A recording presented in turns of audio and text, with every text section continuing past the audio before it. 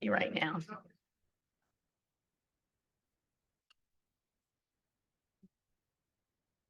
Good evening. It is 6 o'clock on February 10th, and this is our regularly called meeting of the Dunwoody City Council. Thank you. Councilman Seconder, can you lead us in the invocation and pledge, please? For those who are able, please rise. At this meeting, help us to make decisions which keep us faithful to our mission and reflect our values. Give us strength to hold our purpose, wisdom to guide us, and a keen perception to lead us. And above all, keep us charitable as we deliberate. I pledge allegiance to the flag of the United States of America and To the republic for which it stands, one nation, under God, indivisible, with liberty and justice for all.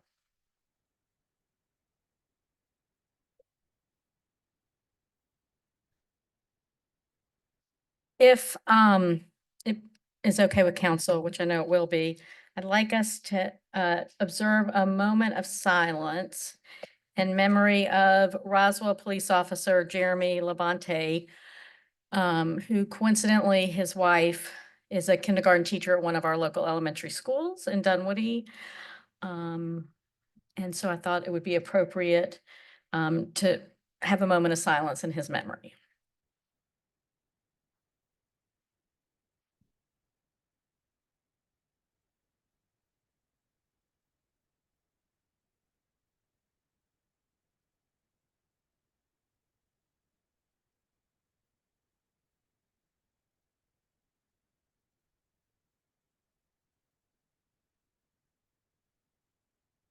Thank you.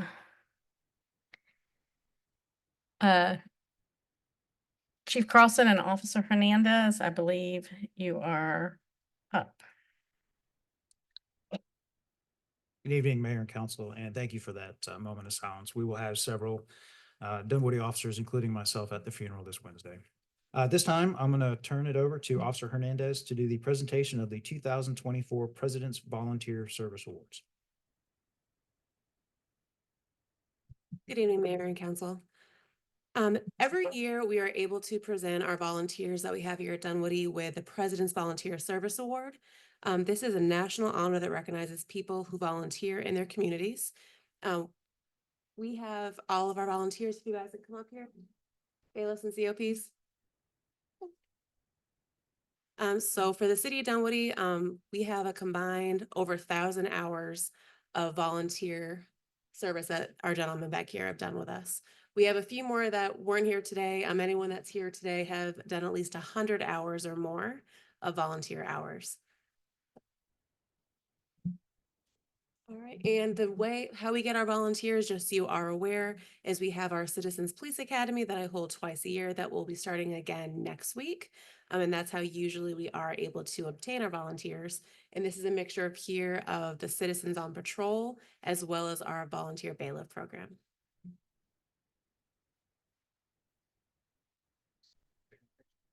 You gonna present certificates? Okay. Saves a little time. So Okay, thank you. Appreciate that. All right, picture, photo opportunity.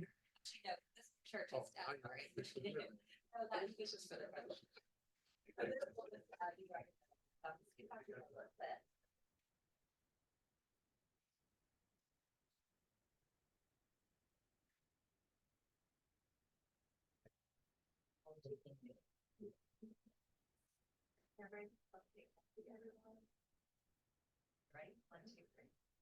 Yeah.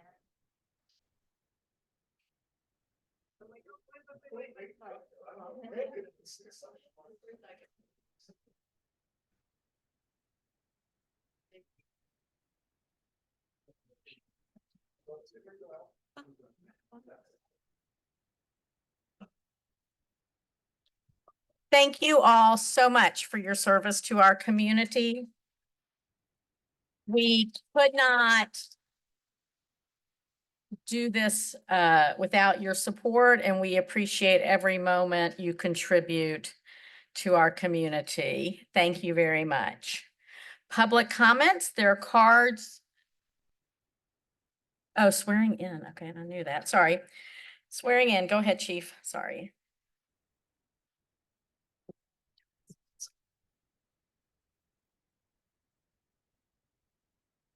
Yeah, stay right here. Yeah, and then we'll move up. Once we're done. Good evening, Mayor and Council. I always enjoy these council meetings when we're able to swear in another officer into this great department. This is Officer John Rose. John came to us from the Sandy Springs Police Department, where he worked as a police officer, detective, and was a member of the SWAT team, which he will also be a member of the SWAT team here.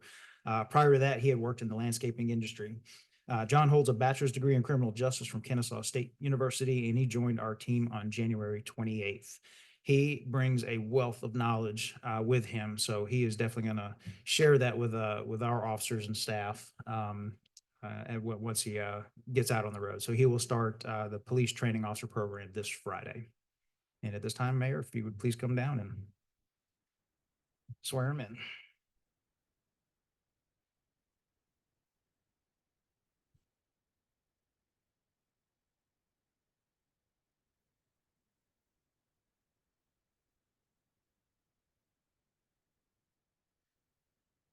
You could, it's on. It is on. Okay. If you could please raise your right hand and then just repeat after me. On my honor, I On my honor, I, John Rose, do solemnly swear and affirm that do solemnly swear and affirm that I will support and defend the Constitution of the United States of America, I will support and defend the Constitution of the United States of America, the Constitution of the State of Georgia, the Constitution of the State of Georgia, and the Charter and ordinances of the City of Dunwoody, Georgia. and the Charter and ordinances of the City of Dunwoody, Georgia. I am not the holder of any unaccounted for public money due to this state I am not the holder of any unaccounted for public money due to this state or any political subdivision or authority thereof. or any political subdivision or authority thereof.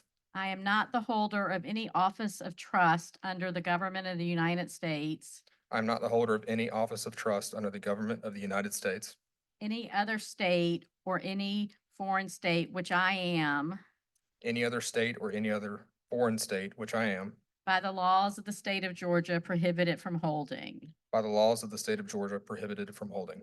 I am otherwise qualified to hold the office of a peace officer according to the Constitution and laws of the state of Georgia. I am otherwise qualified to hold the office of a peace officer according to the Constitution and laws of the state of Georgia.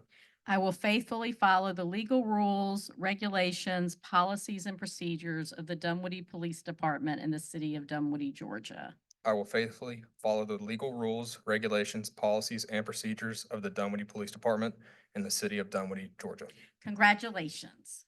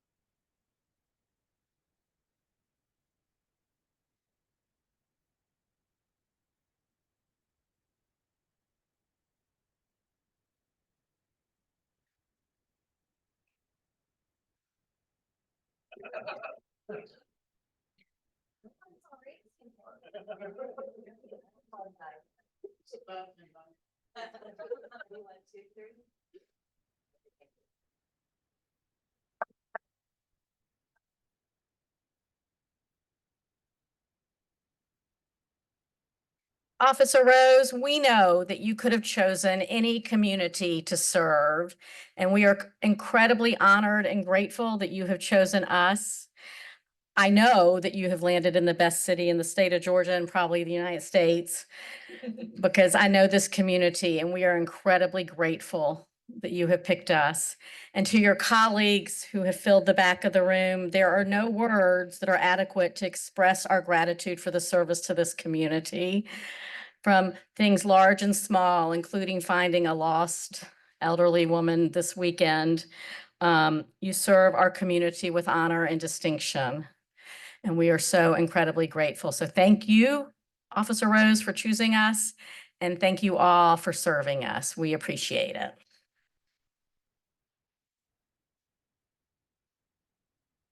Thank you. And congratulations on your baby coming.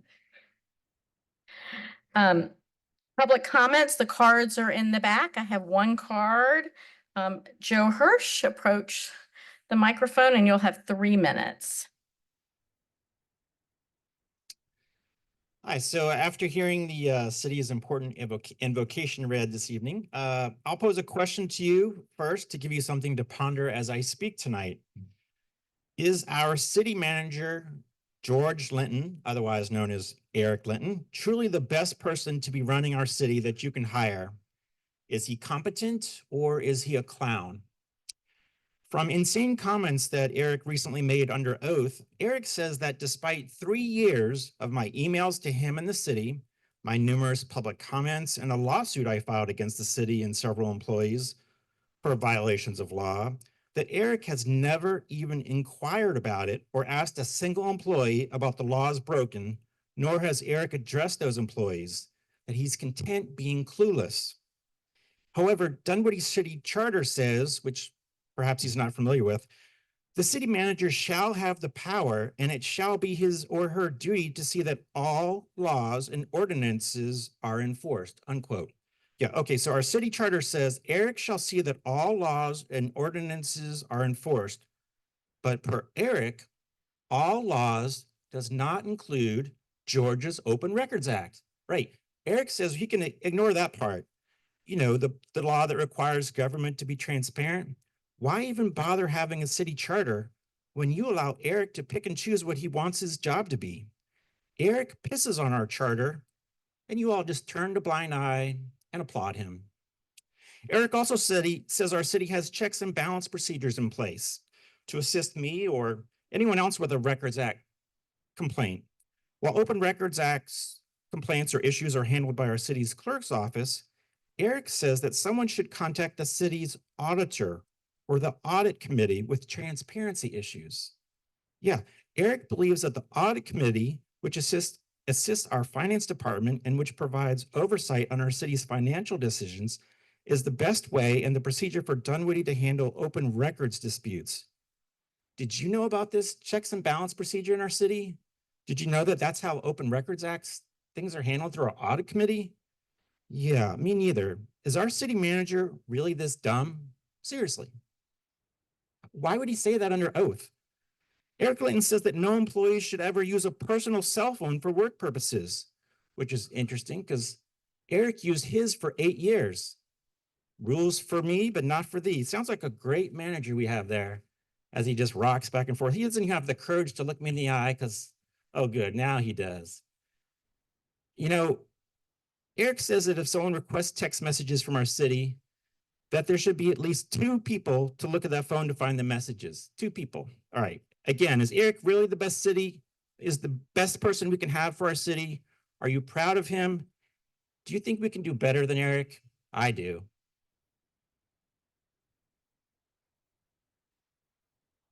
That concludes the cards I have for public comment. There'll be another session at the end of the meeting.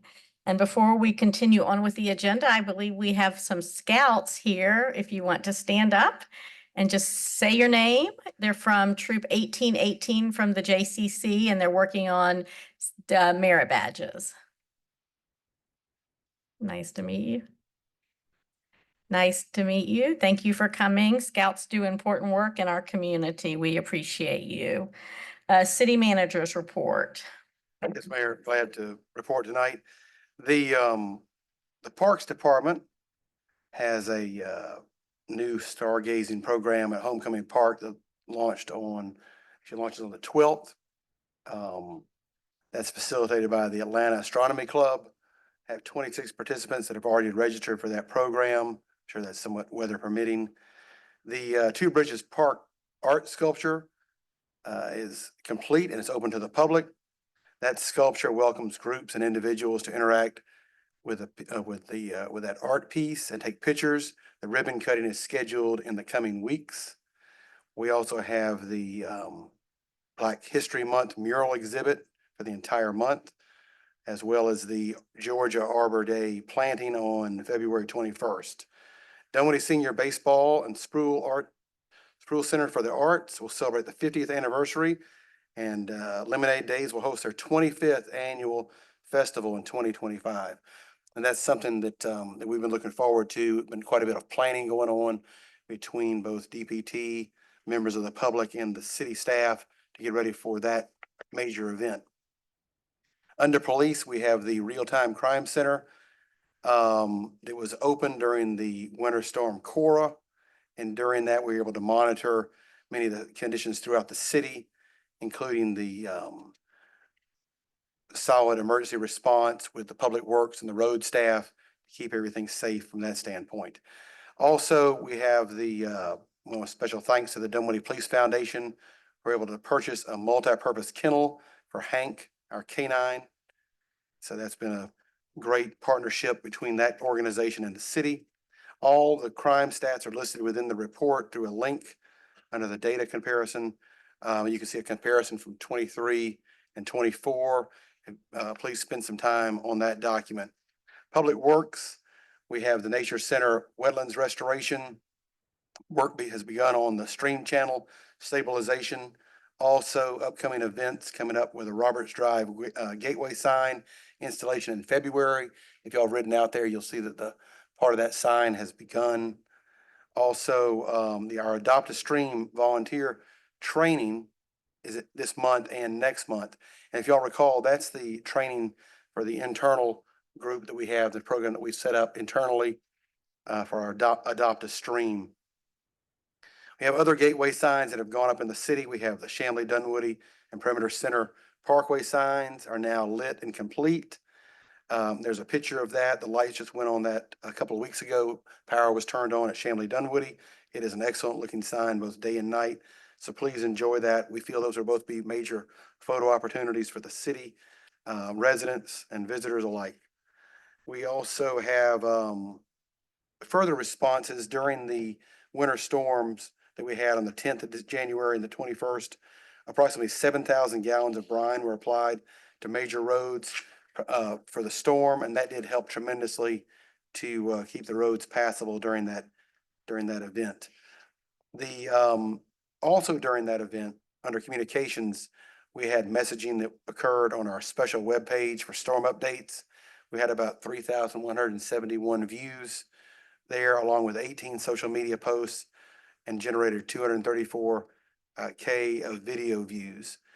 A lot of reactions on that as well as a lot of shares that were put out within that page. So that was something new that we want to keep doing and enhance our communications to the residents of the city.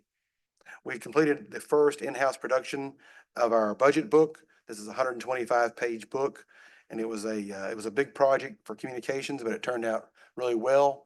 So like I said, that was our first time doing an in-house. We have other department items that have been updated, which includes the tree regulation webpage, also the Nandina Road reconfiguration. Also, we have the Economic Development Director, Michael Starling, met with our Youth City Council. Numerous press releases were done through the department. Graphics were used as we did our winter weather updates, also the farmers market opening. So we're really trying to get, the whole point is here, we're trying to get a lot of the message out there for the public through our website, through our Inside Dunwoody newsletter, and also through DNews to have those notices put out.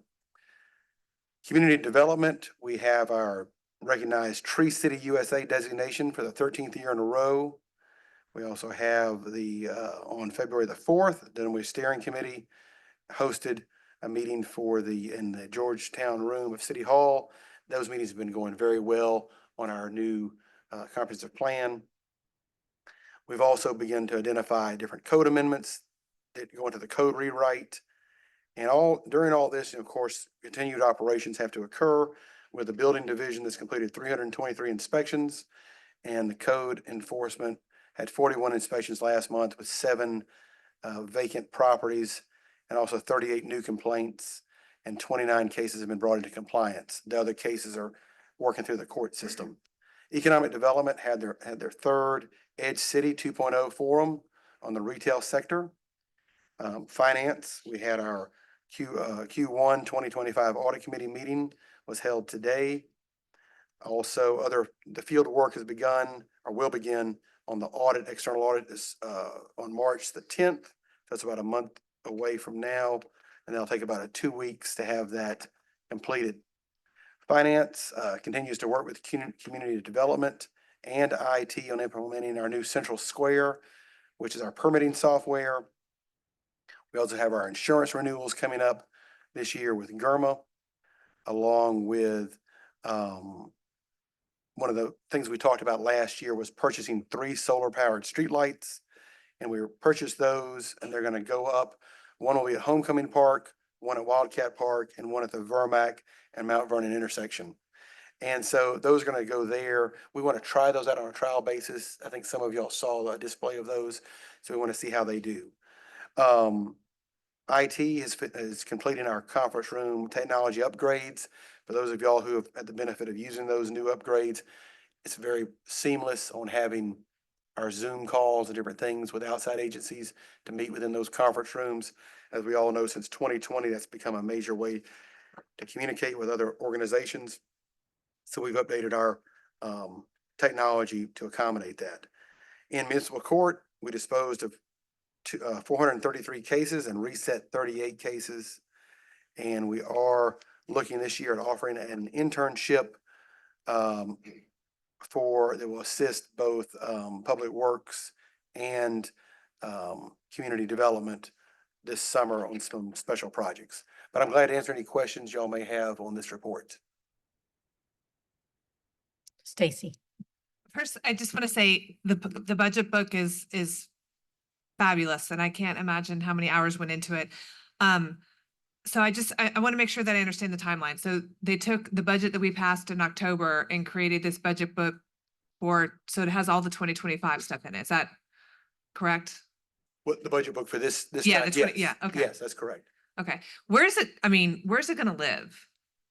Well, let me have Richard come up. He's back here. He can tell us all a little bit more about I mean, that it is budget such a book. wealth of knowledge and so well done. Like, I mean, I want to put it on the front page of the website, but On the finance webpage, there is a city budget tab, and so we have all the budgets actually for all prior years. And it'll be there for now as the 2025 budget, a link to it that way. good job to everyone involved. Thank you. John. On a related subject, when it comes to finance, I was taking a look at the city website and their open transparency section there, or electronic checkbook is online, and that's up to date. But I'm looking at the other sections I have in front of me, whether it be the revenues, expenses, they're not up to date. They're woefully behind. Is there a reason that that's happening? Has there been a software update? Is there a glitch? Is there some way we can check that? As much as the budget books are great, this isn't a running tally that's ongoing all the time. I'm just trying to figure out what's happening with that. We're working with the vendor. We're working with the vendor to update that right now. So you're aware of it? Yes, yes. Mhm, Okay. mhm. Yeah, it's been like that for a little while. I just want to make sure I raised it. And Sure. when the budget conversation came up, they Thank go you. hand in hand. So Mhm. thank you. I appreciate it. Rob. Just a quick question. You mentioned an internship. If there's a student in Dunwoody, college student, where is that readily available on our website? How to apply for that, or where can that information be found? Yes, that's something that we're working through HR on. It's a new program we put in this year, but yes, that will be advertised. And we're also working with, on this time, we're working with, through Georgia Tech on that. And anybody who would like to apply through that program, we're mainly focusing in on that. But if they're a Dunwoody resident or would like to apply for future stuff, this is kind of a trial. So we're certainly welcome to look at different opportunities. Joe. Thank you, Eric. Again, let the citizens know that we've got all this stuff going on behind the scenes. Look at what the city's doing. Appreciate just the ability to try those 3 solar powered street light systems, try as a trial and see how that goes. But think about it, we don't have to run conduit, we don't have to run wire, electrical bills, et cetera. So yeah, there might be a little bit more front end. But I appreciate that. It's a sustainable solution all around. From from a cash flow and also just the green type thing. If you could let us know when those are up, that'd be great to Will be do. able to see that and let the citizens know and ask them to get some feedback. Would that be, if that was a successful trial, then we could potentially see it rolling that out in other locations as needed? Is that what the idea is potentially? Yes, that program, we have looked at it, financially, looked at the numbers to see how it equates to the Georgia Power, the streetlights we have there. We want to try these and see how they work. It'll take a little bit more time to see. Having said that, the numbers are very similar, between a power company installed and operated light to these. However, these are great for areas where there's not power readily available, like in the back of a park or different areas like that. But we're going to certainly try them. If they're successful, we will add them in other locations.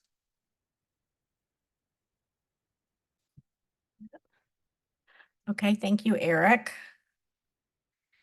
Next, we have the consent agenda. An action item. Anybody have questions? To approve. Second. Moved by John, second by Tom. Any further discussion? Seeing none, I call the question. All in favor, say aye. Aye. Any opposed? Hearing none, that carries. And I guess I can do the next one, Michael Smith paving contract.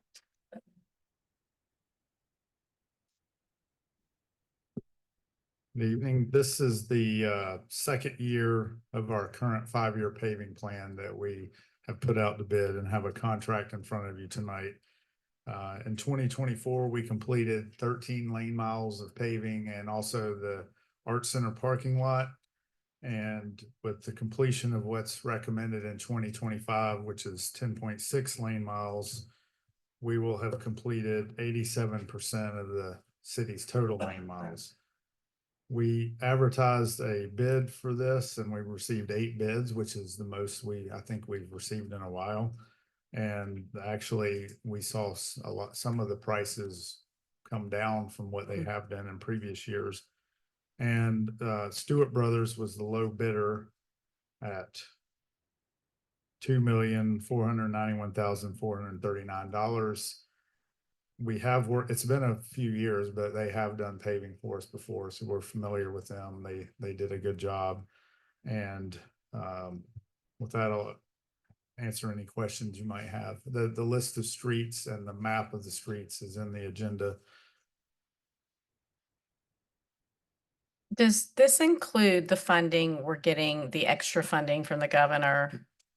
It includes what we've already gotten, but it does not include any additional money that might come our way. I presume the additional money would go to 26. Is that how you would envision it, or just depends? Depending on the timing. timing. Last year, when we got that money, we were able to still incorporate it and move some streets up for future years. So we just have to see how much it is and when it comes in. I think it might be the same as last time, but I'm not sure.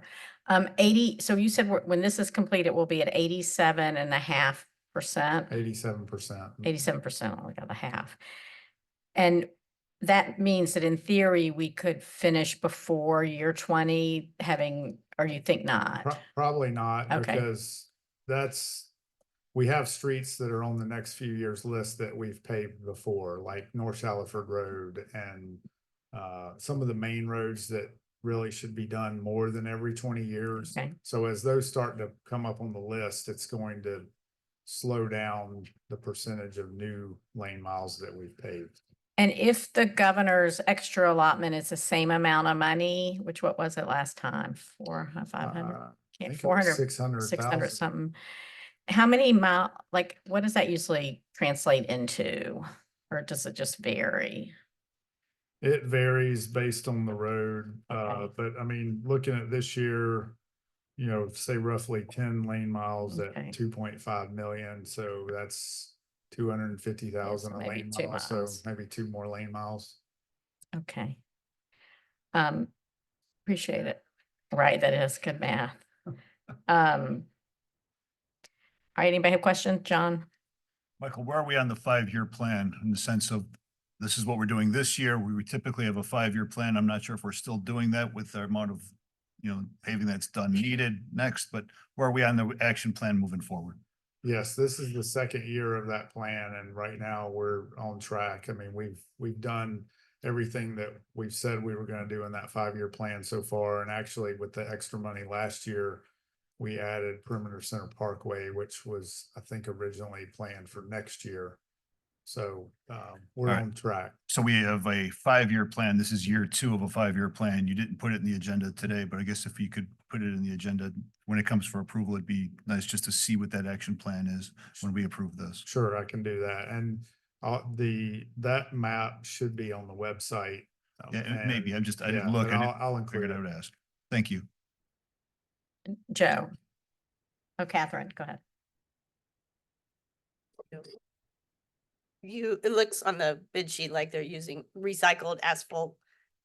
Is that recycled what they just take up and recycle and use it, or do they bring in old recycled So asphalt? they take them, they call it the millings, the part they dig up, they take it back to the plant and reprocess it. It doesn't necessarily go back and do, they use it, it's all mixed together. It doesn't mean it comes back to Dunwoody, but it is recycled material. Okay, so it's good for as long as it lasts on the road. It's Yeah, it's pretty standard in the industry now to use recycled asphalt. all right. That's great. Thank you. Joe. Thanks. Michael, we give advance notice to the adjacent property owners. I'm glad you mentioned that. I meant to say, the community publication, I guess, that we're gonna follow the same process we followed the last couple of years where we have message boards, the big electronic boards outside the neighborhood before the paving. We'll send a letter before any paving starts up to the residents on those streets, letting them know that we're paving and to look at the website for updates. We've used that for a couple of years and it seems to have been pretty good at notifying people. Good deal. And I have a couple specific on a couple of the segments. The two that are on the major, I guess it's arterials, the North Peachtree and the Tilly Mill segments. On the Tilly Mill one, I mean, I live right around the corner. Stevens Walk is basically across from the JCC, roughly up to Mount Vernon, right? Now we've got, I've got a couple of comments, ideas. So obviously we have the Tilly Mill Mount Vernon project coming on in the next, 18 months or so, whenever. And then also south of there, that is it Mount Vernon Way, Mount Vernon Place, the cut through thing. I mean, that's also projected. So how do those two potential projects work with the repaving that we're proposing? Sure, the Mount Vernon Tilly Mill intersection project, the work for that doesn't go very far down Tilly Mill Road, like 100 or 200 feet maybe. We'll stop our paving where we know that other project, where it meets that other project. And then the Mount Vernon Place at Tilly Mill intersection has been designed, but that's not been funded for construction. So I don't think it's in our 5-year plan currently. So it's a longer term improvement there. Yeah. And just anecdotally, I don't see a problem with that paving right now, but hey, if it's worst to first or whatever, the metrics, the algorithm came out with, to me, it seems pretty good, but it is what it is. And then the North Beach. So the other one, just in general though, on both of those roads, can we try, I know we're not gonna have wide enough for bike lanes, but just from narrowing curb to curb width and just trying to narrow the striping and leave a little shoulder pave just from a traffic calming perspective and stuff, can we look at both of those segments, the North Peachtree and the Tilly Mill ones for the striping afterwards? The North Peachtree one, I know we're looking at, there's a lot of extra pavement there and we're looking at how to reconfigure that as part of the paving just down at near the interstate, because there's kind of a lane that drops out there. Tilly Mill, we'll have to look and see. I'm not sure there's a lot of extra width there other than that section in front of there's a section with like an extra lane in front of some houses. But we can see if there's room to narrow it at all. We didn't really evaluate it like we used to from a bike lane perspective because, the master plan now calls for a trail on that section of Tilly Mill. Yeah, I mean, I think the North Peachtree would be a quick win from a reconfigure, because there are bike lanes already there today. I know eventually you want to have a separated facility, but yeah, okay. Well, thank you. Thanks, Michael. John, Yeah, since we're talking about North Peachtree, I figured I'd put in my 2 cents. We're talking about extra lanes there. Those extra lanes are actually used heavily for First Baptist Church and also for the entrance into the apartment complex. So there's 2 lanes on each side, and both of those are used heavily at specific times of the day or specific times of the week. Be careful about reducing that. Number 2, you have the streets, Kings Point Drive in particular, feed directly into Peachtree Middle School. So be careful when you're paving that street in the sense of the paving, the school times. And as a minor thing, also on there is the Dunwoody North Swim Tennis. There's 1,000 cars parked on a Tuesday, and again, it's a couple Tuesdays. I don't know if Right. you can set your schedule around it. I'm just letting you know. Yeah. I looked at the other ones. I don't see, I was trying to figure out if there's any major conflicts, but those are the 2 things, the school and the driving club on a Tuesday, that the swim tennis thing, the swim meet thing is just a community thing. But that's all I wanted to do, is raise those couple points. So thank you.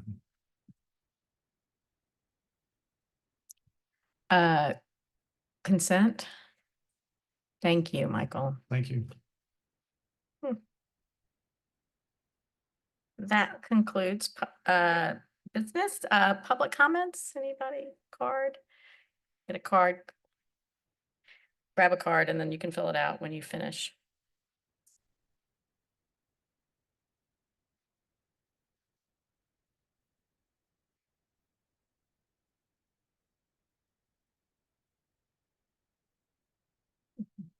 You have 3 minutes. I'm glad that there's some Boy Scouts here tonight, because when they say, "On my honor, I will do my duty to do my best," I wonder if y'all could live by that motto as well. Do y'all really do your duty to do your best? Truthfully, not really. You don't. I mean, you had the opportunity just a minute ago to ask our city manager which parts of the city charter he wants to ignore. No one asked that. You had the finance department up here you could have asked about what are the procedures that someone can use to inquire about, a dispute with the city. Are there really procedures with our finance department and the auditor? You didn't ask that. You just sit here silently and, ignore what's right. Our attorney should know, like, for another example, anti-litem notices. Y'all may not be familiar with it, but it means that when an attorney sends someone or the city a notice that they're about to be sued, that you should preserve all documents. But our city manager received an anti-litem notice. He read it, and then he threw away his phone shortly afterwards, not preserving the evidence that the attorneys requested. That's called a spoliation of evidence in anticipation of legal proceedings, and you might be in jeopardy. Our city manager chooses to do what he wants to do, and he's going to be sued for this as well. He could also maybe face an ethics violation, for not abiding by the city charter. That there's certainly that possibility, but y'all can just sit here.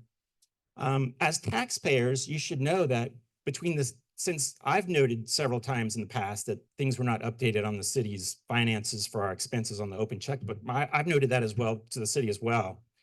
But I do open records requests to find out what we've spent money on. So you should know as taxpayers that you and I and the city, between myself, what I've spent on my lawsuit and what the city's done cumulatively, you're at about $250,000 that the city's going to be on the hook for. And as it goes each day, it's going to be more and more. So if you want to abide by the Scout law and do your best to do your duty, you would find the right way to handle my lawsuit. But y'all just sit here silently, ignoring clear violations. I mean, Eric is admitted to violating laws. He admitted under oath that he got rid of his phone after he received an anti-litem notice. No concerns from y'all. Y'all don't do your best to do your duty. You gave the invocation, which states that you're going to do our jobs and to guide us. No, y'all don't. Maybe y'all will stand up and do the right thing one day, because we can do better. and I hope that you will. Thank you. Anybody else have a card? Seeing none. That concludes public comment, city manager comments, No additional comments. We do not need an executive session. council comments. Move to adjourn. Second. Moved by Joe, second by Tom. All in favor, say aye. Aye. All opposed, hearing none, the meeting is adjourned.